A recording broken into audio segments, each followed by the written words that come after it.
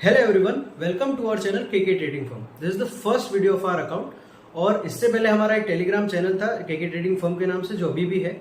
हम उस पर लेवल शेयर करते थे, निफ्टी, बैंक निफ्टी, और साथ में एफआईआईस का डाटा भी शेयर करते थे। बट हमने सोचा कि हम अब वीडियो कंटेंट बनाते हैं, इसे यूट्यूब पर शेयर करते हैं, जिससे हम ज्यादा लोगों तक पहुंच पाएंगे और ज्यादा लोगों को वैल्यू दे पाएंगे। और मेन मोटिव हमारा ये भी है कि हम लोगों को बता पाए कि इंडियन मार्केट को ट्रेड करना इतना भी हार्ड नहीं जितना हम सोचते हैं, जितना हमें बताया जाता है। ये इजी है, ये एक बिजनेस है ट्रेडिंग। इसे अगर हम एक बिजनेस की तरह ट्रीट करेंगे तो ये भी हमें बिजनेस की तरह ही इनकम देगी। So let's start the analysis for the 18th July.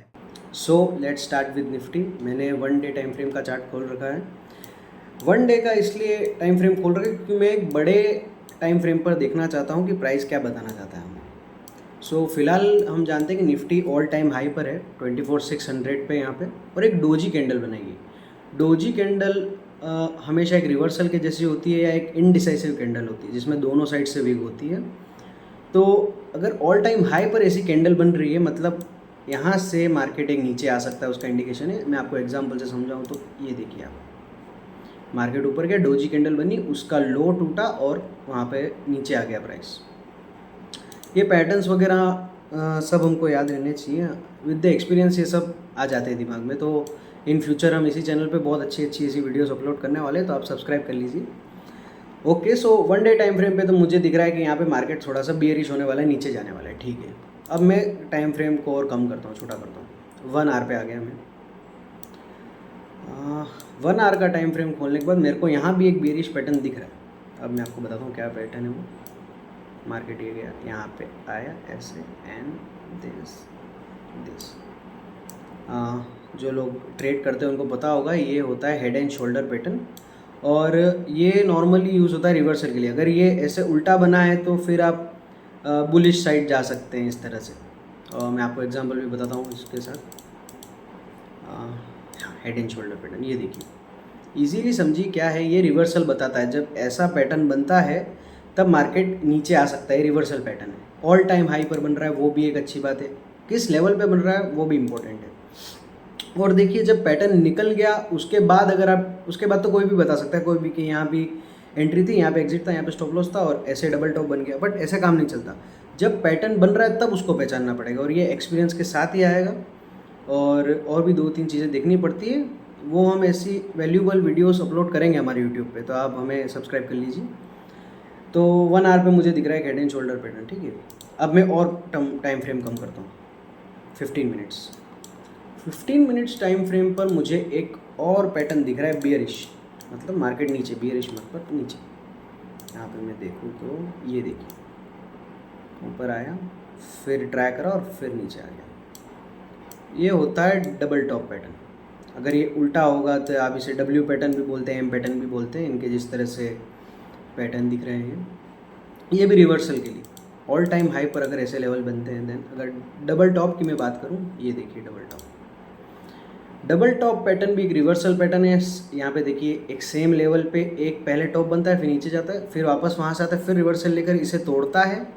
Then यहाँ पे एक रीटेस्ट होता है और वहाँ पे फिर मार्केट नीचे चला जाता है। और यहाँ पे सेम चीज़ हुई, अगर आप देखेंगे तो रीटेस्ट होना बाकी, ये हमारे लिए अच्छी बात है। अगर देखो, ये हो गया यहाँ पे, देन यहाँ पे ये कैंडल है, ये कैंडल थी जो रीटेस्ट कैंडल आप जिसको बोल सकते हो।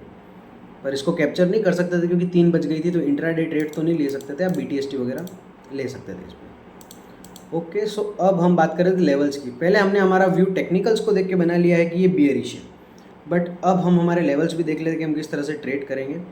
साथ में एक बार FII डाटा भी देख लेते हैं हम कि FIIs क्या कर रहे हैं। FII जो डाटा रहता है वो बहुत इंपॉर्टेंट रहता है ट्रेडर के लिए, इंट्राडे ट्रेडर के लिए। बाकी अगर आप स्विंग ट्रेडिंग करते हैं या आप लॉन्ग टर्म इन्वेस्टिंग करते हैं, देन आपको इतना देखने की जरूरत है। सेंसिबल पे इजीली मिल जाता है।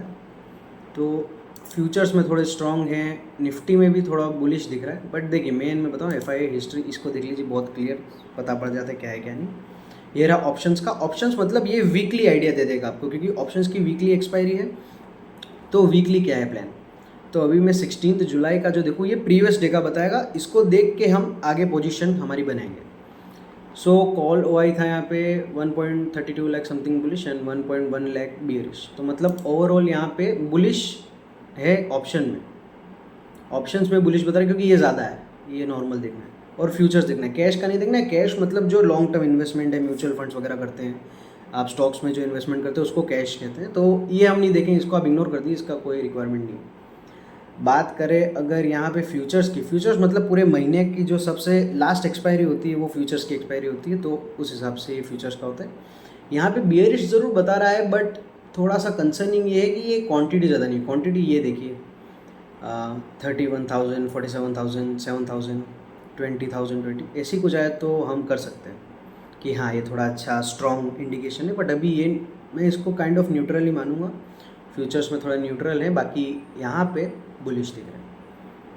तो अभी फ्यूचर्स का हमने जब डाटा देखा, FII का डाटा देखा, थोड़ा बियरिशनेस यहाँ पे बता रहा है और यहाँ पे थोड़ा बुलिश है ऑप्शंस के लिए, थोड़ा इनडिसाइसिव जो है 16 तारीख हमने बात करी थी, और डाटा भी वही शो कर रहा है कि अभी पता नहीं है कि किधर जाना है, तो इसलिए ये ऐसी कैंडल बनी है डोजी जिसकी हमने बात करी।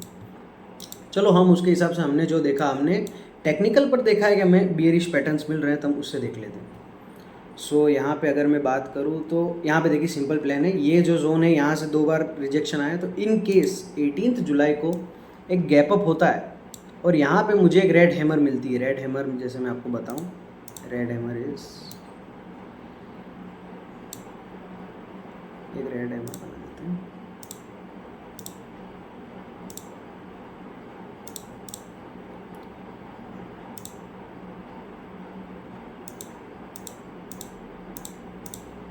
एक ऐसी कैंडल मिलती, इतनी बड़ी तो नहीं मिलेगी, बट हाँ अगर एक ऐसी कैंडल मिलती है जिसमें विग है, देन यहाँ पे हम एक ट्रेड एग्जीक्यूट कर सकते हैं 1:2, 1:1, जो भी हमारा रिस्क मैनेजमेंट या साइकोलॉजी वगैरह जैसे हमारा सेटअप है उस हिसाब से।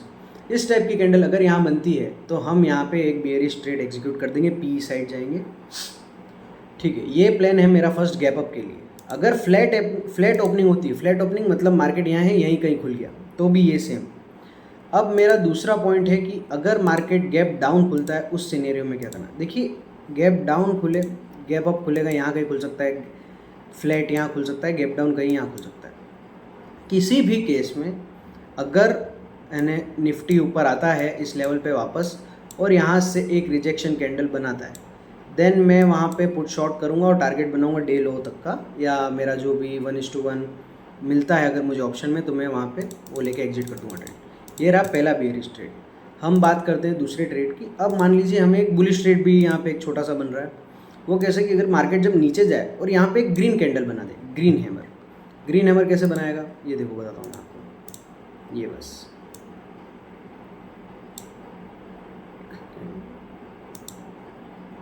इसका कलर कर देते ग्रीन, ये ग्रीन हैमर हो गई।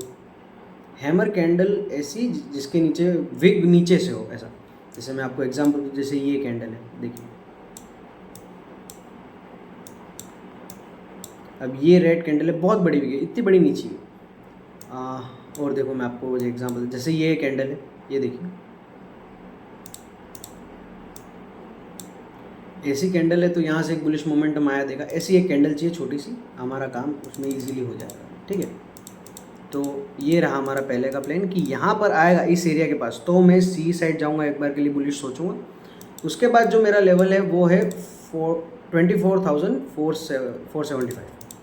अगर इस लेवल के पास मार्केट आता है तो मुझे किस तरह से रिएक्ट करना है। ओके, इस लेवल के पास आता है तो मैं यहाँ से बुलिश ट्रेड नहीं लूँगा, मैं यहाँ से इसको टूटने दूंगा नीचे, और फिर जब रीटेस्ट करने आएगा तब मैं यहाँ से एक बियरिश ट्रेड ही एग्जीक्यूट करूँगा। मेरा ज़्यादा पॉइंट ऑफ व्यू वो बियरिश है निफ्टी को लेके, तो मैं यहाँ पे एक बियरिश ट्रेड एग्जीक्यूट करूँगा।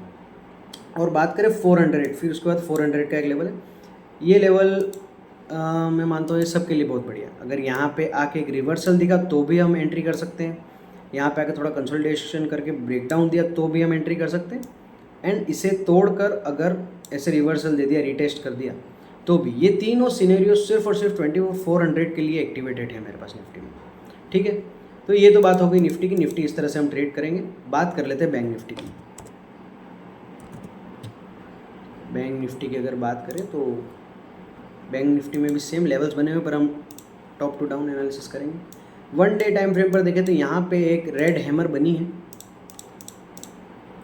रेड हैमर यहाँ पे बनी हुई है निफ्टी में छोटी सी। बट मेन बात क्या है कि ये लास्ट 5 जुलाई, अगर मैं इस स्केल से देखूँगा तो लास्ट 11 डेज से बैंक निफ्टी एक रेंज में, ये रेंज जब तक तोड़ेगा नहीं तब तक इसमें ट्रेड एग्जीक्यूट नहीं हो सकता है। ये आपको समझना होगा कंसोलिडेशन क्या होता है, रेंज ब्रेकआउट क्या होता है, ये सब ऐसी बहुत सारी वैल्यूएबल वीडियोस हम लाएंगे इस चैनल पे। आप हमें सब्सक्राइब कर लीजिए और बेल आइकन को नोटिफिकेशंस को ऑल पे रख दीजिए, ठीक है। तो ठीक है, यहाँ पे मुझे पता पड़ रहा है कि एक रेंज में है बैंक निफ्टी। अगर मैं यहाँ पे जाता हूँ 1 आवर पे, 1 आवर पे देखिए रेंज एक ही जगह घूम रहा है। यहाँ पे आप ट्रेड लेंगे ऑप्शंस में, देन आप फंस जाएंगे, ये एक ही रेंज में घूम रहा है। ऑप्शंस बायर को एकदम अच्छा मोमेंटम चाहिए, किसी भी साइड आ जाए, ठीक है। बैंक निफ्टी के भी लेवल्स बिल्कुल हैं, ये ब्रेकडाउन के लिए लेवल्स हैं, ब्रेकआउट के लिए ब्रेकडाउन दोनों। ब्रेकडाउन के लिए पहला लेवल होगा जब 51,990 के आसपास, इस लेवल का अगर ब्रेकडाउन होता है देन यहाँ तक का टारगेट मैं बनाऊँगा। इस लेवल का अगर आपको ब्रेकडाउन मिलता है मार्केट से कुछ इस तरह से, दिन ये रहा मेरा टारगेट और स्टॉप लॉस होगा कहीं यहाँ पे। उसके बाद सेम इस लेवल के लिए भी है, अगर मैं बात करूँ 51,757 के लिए, तो जैसे मार्केट आता है यहाँ पे थोड़ी देर वेट करता है, देन ब्रेक डाउन देता है, देन ये रहा टारगेट, सेम है। यहाँ पे रिवर्सल के लिए मैं अभी बैंक निफ्टी में कोई श्योरिटी नहीं रहूँ। रिवर्सल के लिए मेरे पास खाली 2 ही लेवल है, बताता हूँ आपको। सबसे पहला लेवल तो मैं इस रेंज का ब्रेकआउट करने का वेट करूँगा। तो अगर जैसे मार्केट खुलता है यहाँ कहीं थोड़ा कंसोलिडेशन करके एक ब्रेकआउट देगा तो ये हमारा टारगेट है। बट ये जो लेवल है ये रिवर्सल लेवल भी है, यहाँ पे हम एक रिवर्सल ट्रेड भी एग्जीक्यूट कर देंगे अगर एक रेड हैमर मिल गई तो, और यहाँ पे करेंगे। उसके बाद ये जो लेवल है हमारा, बताता हूँ मैं आपको, 53,177 का, इस लेवल से भी हम एक रिजेक्शन ले सकते हैं। ब्रेकआउट यहाँ पे नहीं लेंगे, ब्रेकआउट सिर्फ इस लेवल पे है 52,815, यहाँ पे ब्रेकआउट होगा। उसके बाद अगली दोनों लेवल पे हम सिर्फ रिवर्सल ट्रेड लेंगे bearish side. So this was the analysis for the 18th जुलाई। हमने टेक्निकल्स भी देखे, बड़े टाइम फ्रेम पर जाकर देखा प्राइस एक्शन हमें क्या बता रहा है, साथ में हमने एफआईआई डाटा भी देखा। टेक्निकल्स प्लस एफआईआई डाटा इन दोनों को ऐड करके हमने हमारा एक पॉइंट ऑफ व्यू बनाया और वहाँ पे हमने लेवल्स बनाए और लेवल्स पे हमने पूरी एनालिसिस करी कि हम इस तरह से यहाँ पे ट्रेड करेंगे। अगर मार्केट वैसे बिहेव करता है तो हम वैसे ही वहाँ पे ट्रेड एग्जीक्यूट करेंगे। So this was our first video. कैसा लगा कमेंट्स में बताइए, अच्छी लगी तो लाइक करिए, और चाहते हैं कि हम इंडियन मार्केट को लेके ऐसा ही कंटेंट, वैल्यूएबल कंटेंट शेयर करते रहें, देन सब्सक्राइब।